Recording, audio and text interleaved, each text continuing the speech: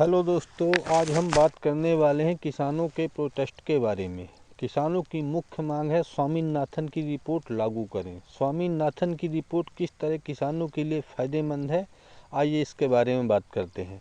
किसानों के गुस्से का खामियाजा इंदिरा गांधी से लेकर वाजपेयी सरकार तक को भुगतना पड़ा।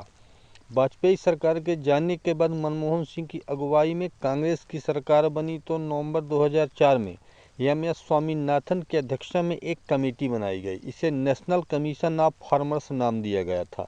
स्वामीनाथन आयोग पर किसानों से जुड़ी समस्याओं का हल तलाशना था। दिसंबर 2004 से अक्टूबर 2006 के बीच आयोग ने 6 रिपोर्ट तैयार की थी।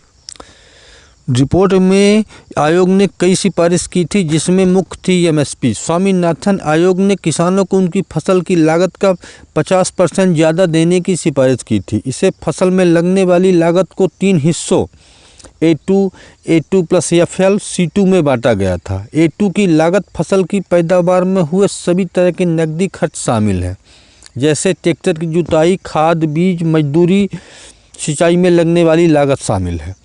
A2 प्लस FL में फसल की पैदावार में लगने वाली कुल लागत के साथ साथ परिवार के सदस्यों की मेहनत की अनुमानित लागत भी जोड़ा गया है। C2 में पैदावार में लगने वाली नकदी और गैर नकदी के साथ साथ ज़मीन पर लगने वाले लीज रेट और खेती से जुड़े दूसरी चीज़ों पर लगने वाले ब्याज को भी शामिल किया जाता है। स्वामीनाथन आयोग ने C2 की लागत में ही 1.5 गुना यानी 50% और जोड़कर ही फसल पर MSP देने की सिफारिश की थी। किसी फसल पर MSP कितनी होगी उसे commission for agriculture cost and prices CSCP तय करती है। CSCP की रिपोर्ट के मुताबिक 2023 के लिए प्रति क्विंटल गेहूं की फसल पर A2 की लागत 903 रुपये, A2 प्लस FL की लागत पर 1128 रुपये और C2 की लागत पर 1652 रुपये लगाई थी, जबकि 2023 के लिए MSP 2125 रुपये प्रति क्विंटल तय की गई थी। स्वामीनाथन आयोग का C2 प्लस 50 का फार्मूला अपनाया जाए तो प्रति क्विंटल गेहूं पर MSP 1652 प्लस 826 बराबर 2478 रुपये बैठती।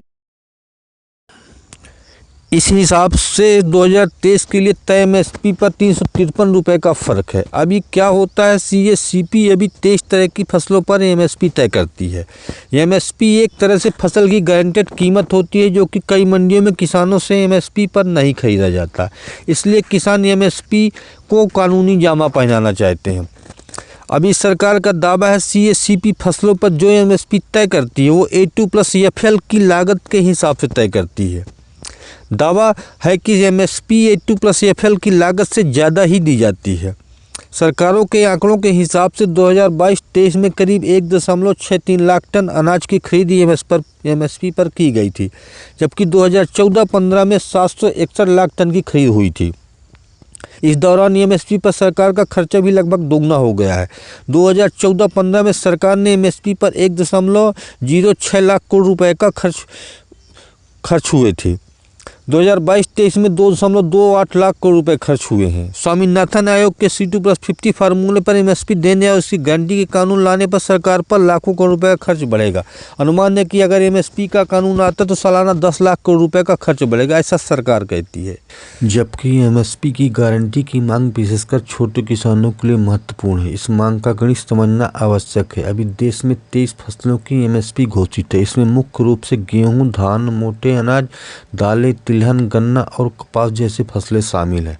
2023-24 में इन फसलों का MSP पर कुल मूल्य लगभग 15 लाख करोड़ बनता है। किसान स्वयं भी बड़ी मात्रा में फसलों का उपभोक्ता है।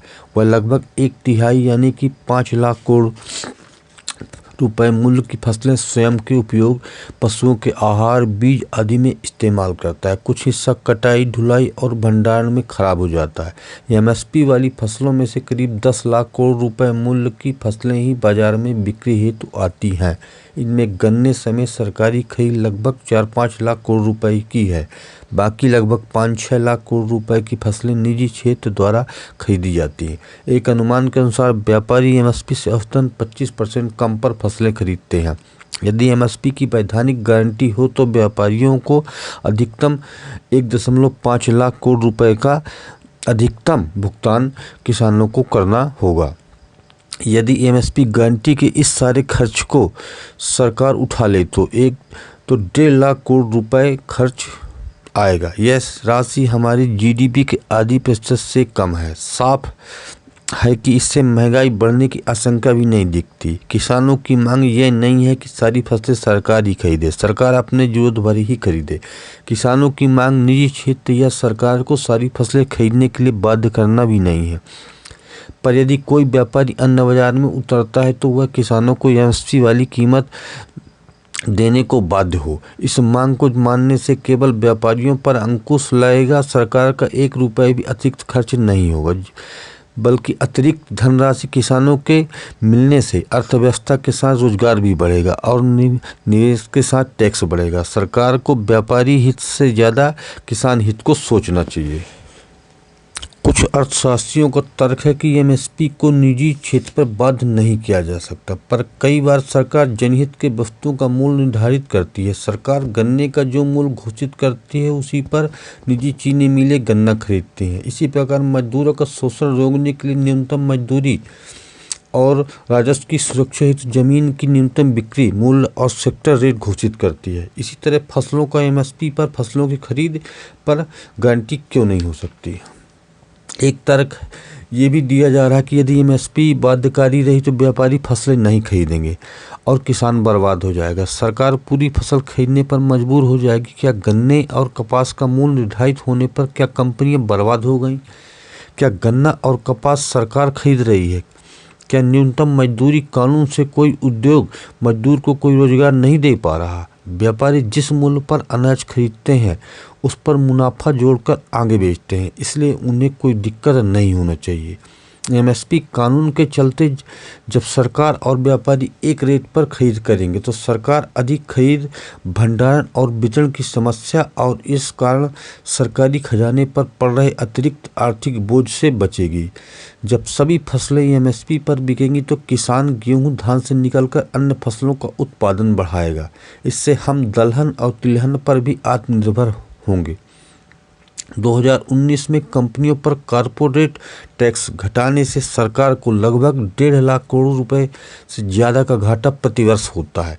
एमएसपी बाध्यकारी बनने से सरकार को कोई घाटा नहीं होगा, क्योंकि एमएसपी कानून बनने से अतिरिक्त राशि सरकार को नहीं चुकानी पड़ेगी। व्यापारियों और निजी क्षेत्र की कंपनियों के लिए बड़ी रकम नहीं है।